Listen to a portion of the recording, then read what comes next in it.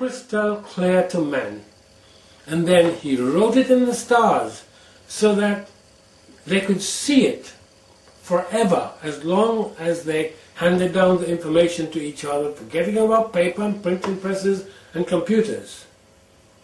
And then the whole of the Bible, not just a little bit of it, the whole of the Bible is the story of God working this plan out throughout the Old Testament, the Old Covenant, throughout the New Covenant, through Christ's coming.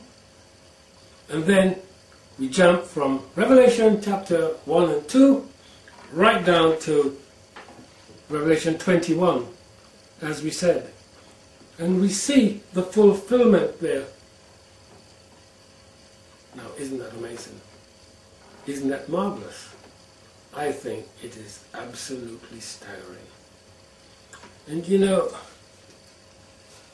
what we're told, you know, about the bride of Christ, you know, it says that she has made herself ready. That's what it says. And that's what we need to be doing now. We need to be focusing on the positive, because there's no rapture. The rapture that's taught by the churches is absolute nonsense. It just doesn't exist. We've got a document dealing with Revelation 12 called The Woman, the Man-Child and the Remnant.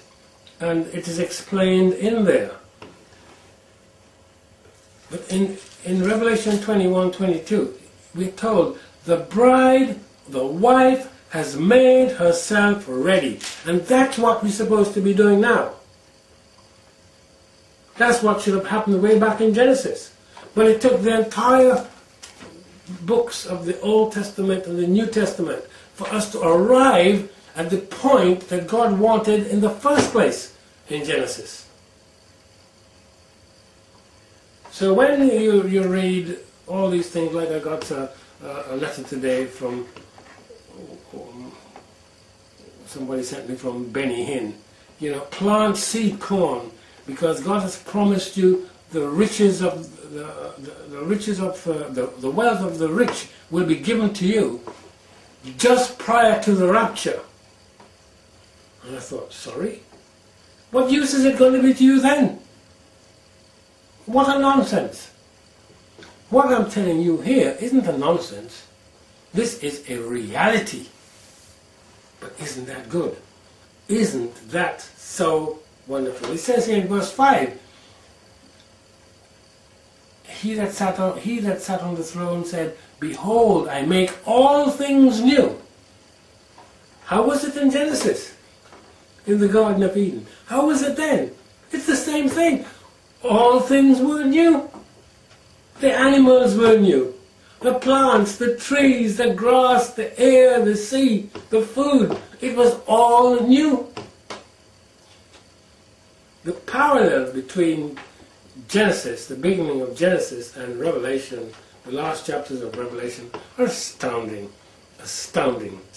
And he said unto me, Write, for these words are true and faithful. There's so many parallels. You know, in Genesis you read about a river with 4 heads. In Revelation, the river of life, water of life coming out of the temple. And maybe in Eden, the same rivers have the one head, and they just split out into different areas. Well, I have to tell you that I just find this incredibly exciting. You know, many of our messages, by the nature of what we are doing, are negative. It is very sad, but it is a fact. They are just negative because we are in total rebellion. But when we can see that God's plan was to dwell with man, and that ultimately, in spite of our rebellion, Christ came, He suffered, He died, so that this would still become a reality. I think we should all be overjoyed.